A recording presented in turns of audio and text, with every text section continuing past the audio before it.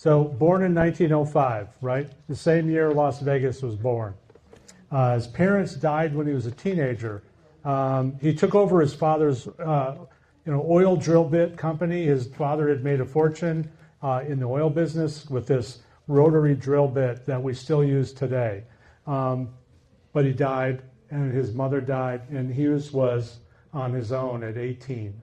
And he decided at that point that he wanted to run his father's business. And this was a time when people were like, oh, an 18-year-old can't possibly do that. You know, we're going to put this into a receivership and his uncle can run it or something like that. And Hughes went to a judge in Houston and he said, no, I want to make the case for me to become considered an adult and to be able to run this company. And the judge agreed, and he took over Hughes Tool Company at age 19.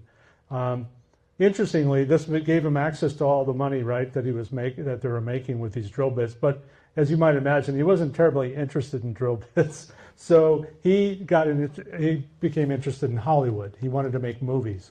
And he was following in the footsteps of his uncle, Rupert, who was an incredibly successful screenwriter, filmmaker, novelist, and so Hughes, as a young man, had visited Hollywood quite a number of times and decided that he wanted to make movies. And so he did. He ended up making a movie called Hell's Angels, which was a World War I epic, and there was a lot of fighting in the air between airplanes, and it was actually quite dangerous, some of the filming that was done. The movie is terrible if you haven't seen it, but the fighting scenes, the flying scenes are amazing. Yeah. They still hold up today. And it really, Hughes caught the bug of aviation, and he wanted to fly airplanes, wanted to make faster and airplanes. And so during the 1930s, he proceeded to build airplanes and fly them. He set airspeed records for flying across the United States. And then in 1938, he flew around the world in record time, less than 4 days. Of course, today, if it took you 4 days, you wouldn't be too happy. But at the time, it was pretty amazing.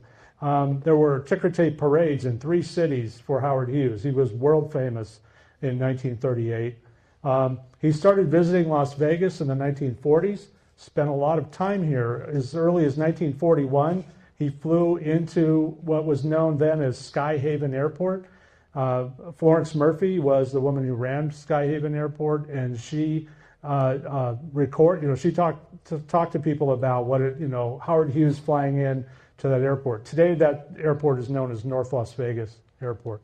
Then he flew at Lake Mead in 1943, and he crashed his plane.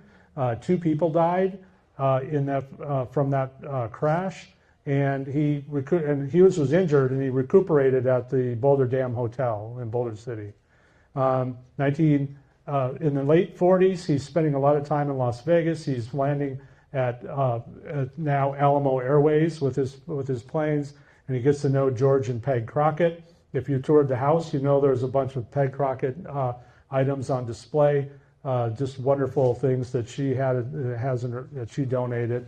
And so up into the 1950s, Hughes is spending a lot of time in Las Vegas. He is taking a liking to Las Vegas, partly because it's like an escape for him. He's in the limelight in LA in such a prominent way that Las Vegas at that time is much smaller, and it's a place where he can kind of escape that scrutiny.